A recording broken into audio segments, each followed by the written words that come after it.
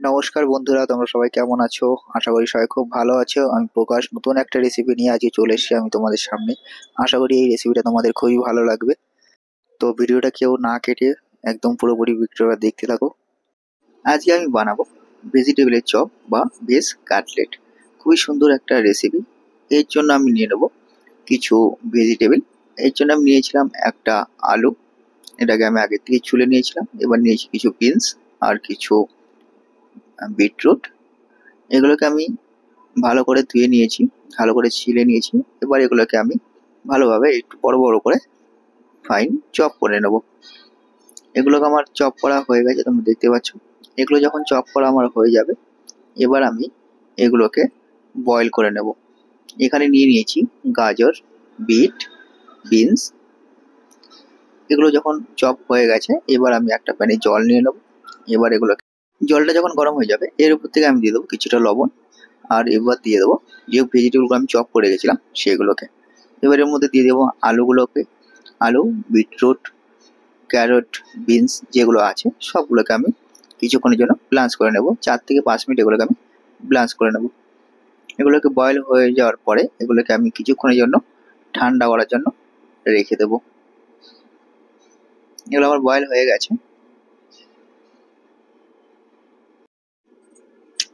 এবার আমি নিয়ে নেব একটা প্যান, এর মধ্যে দিয়ে দেবো কিছুটা সাদা অয়েল। এবার উপরে দিয়ে দেবো কিছুটা গার্লিক পেস্ট বা রসুন কুচি। এবার এর উপর দিয়ে দেবো কিছুটা আদা কুচি। এবার এরকে আমি ভালো করে একটুখানি নাড়িয়ে ফ্রাই করে নেবো। এবার আমি এর উপর থেকে দিয়ে দেবো কিছুটা garlic paste, ginger garlic paste. এবার এর উপর দিয়ে দেবো কিছুটা গ্রিন চিলি চপ।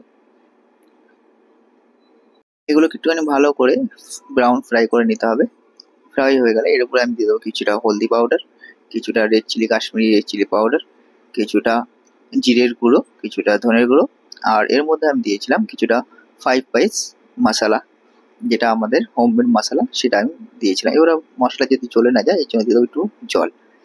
এবার আমি দিয়ে দেবো যে ভেজিটেবল আমি বয়েল করে রেখেছিলাম সেই ব্লাঞ্চ ভেজিটেবলগুলোকে।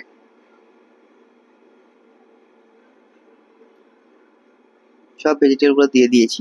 এবার এগুলোকে আমি ভালো করে নাড়িয়ে নেব।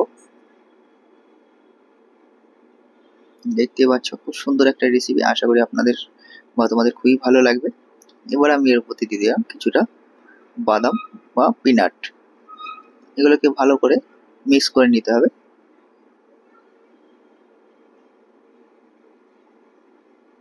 এগুলোকে যদি আমি হালকা করে ম্যাশ করে নিই তাহলে যে বাইন্ডিংটা ফিনিশটা হবে সেটা খুবই ভালো হবে। এর উপর থেকে আমি দিয়ে দেবো কিছুটা সল্ট। এটা রেডি হয়ে গেছে। এটাকে এবার আমি ঠান্ডা করার জন্য কিছুক্ষণের জন্য রেখে দেবো।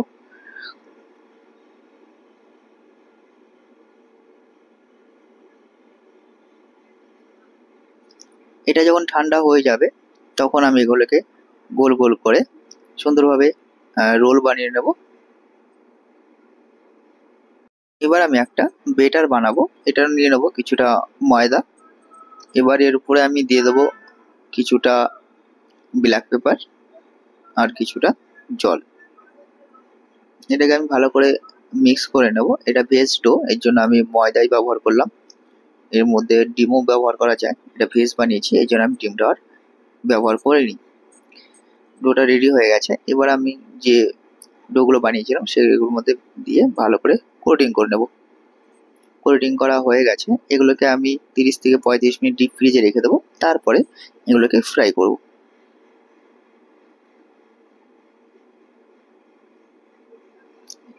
এগুলো আমি গরম তেলের মধ্যে ফ্রাই করে নিচ্ছি।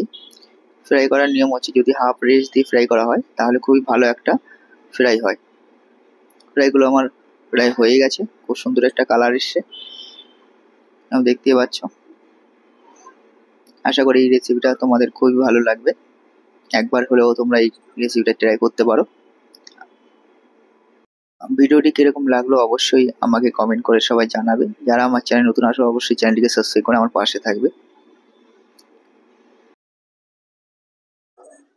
তো ভিডিওটি কিরকম লাগলো অবশ্যই আমাকে কমেন্টে জানাবে। যারা আমার চ্যানেল নতুন আছে অবশ্যই সাবস্ক্রাইব করে দেবে। আমি আগেও বলেছিলাম, ভিডিওর প্রথমেই বলেছিলাম, এখন আরেকবার বললাম। নতুনদেরকে অনেক ভালোবাসা, পুরনোদেরকেও অনেক ভালোবাসা। তো থ্যাংক ইউ সো মাচ। সবাই ভালো থেকো, সুস্থ থেকো। নতুন একটা ভিডিও নিয়ে নেক্সট কোনো একটা ভিডিওতে আমি আসবো আবার ফির।